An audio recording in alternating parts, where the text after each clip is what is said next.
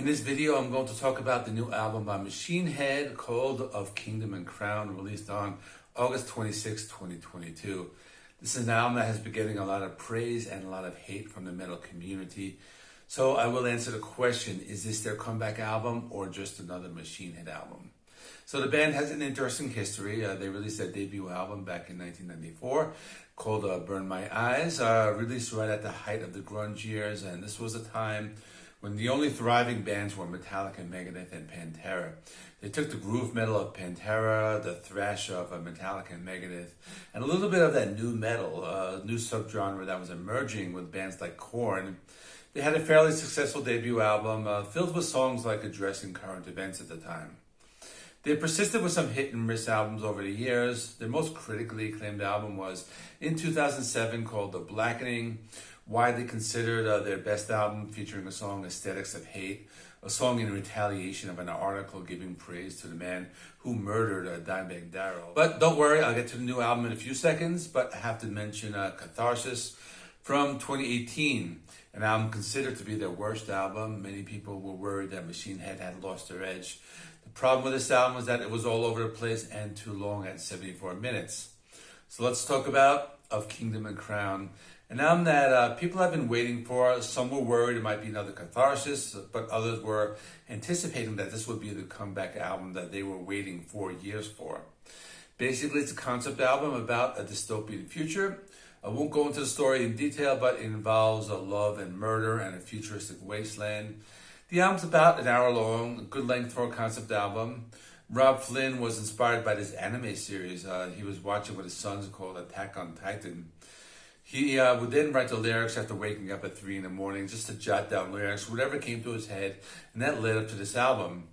So the album opens with a 10.5-minute song, and it's called Slaughter the Martyr. First 3 minutes of the song is some clean atmospheric guitars building up to a very heavy song with lots of in-your-face groove metal riffs. Listening to the song, I was made aware of a few things. The production is very good. All the instruments have a very crisp and clear sound.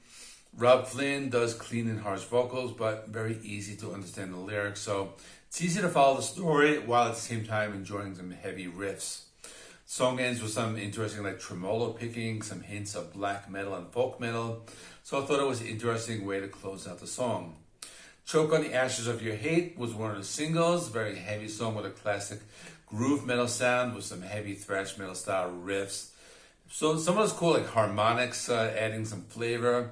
Song is very good, and some cool guitar acrobatics and filled with energy.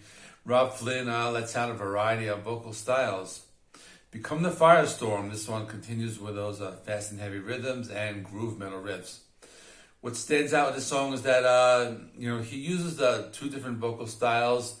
He uses heavy vocals with some higher pitched clean vocals. I thought it was interesting as it sounded like two different people. I may be wrong, but I am almost sure that this is just Rob Flynn.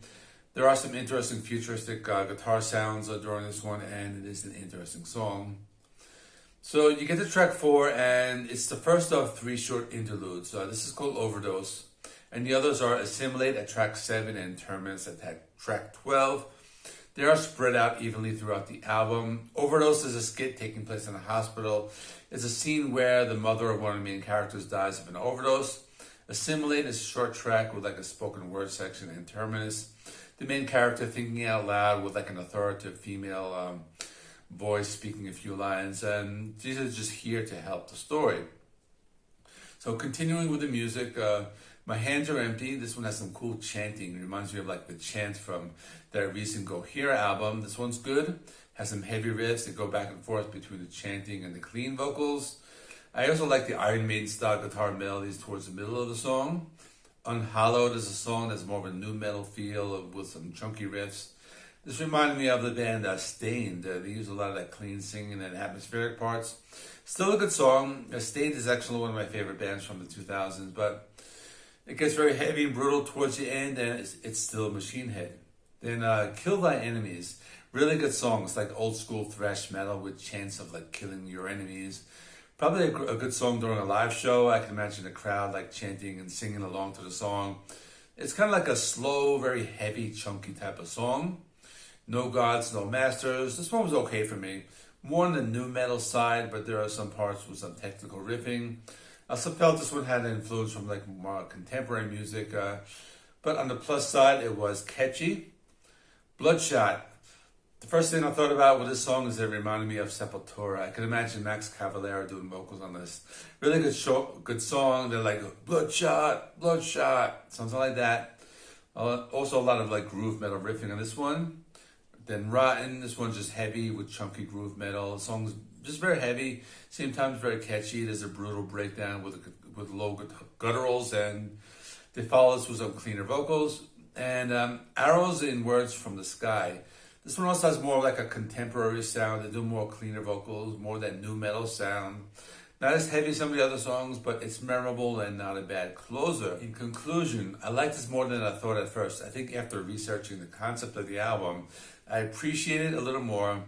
I think there are fans who do not like it because it's not like heavy all the time, but I think it's an album that's very well balanced. There's some very heavy songs, some are more melodic, but overall the sound is very cohesive and the songs work well together.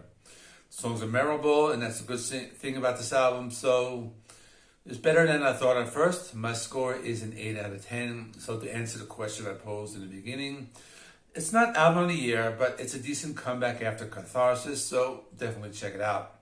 So that's all. More reviews coming this week. Please remember, like, comment, subscribe, and I will see you in the next one.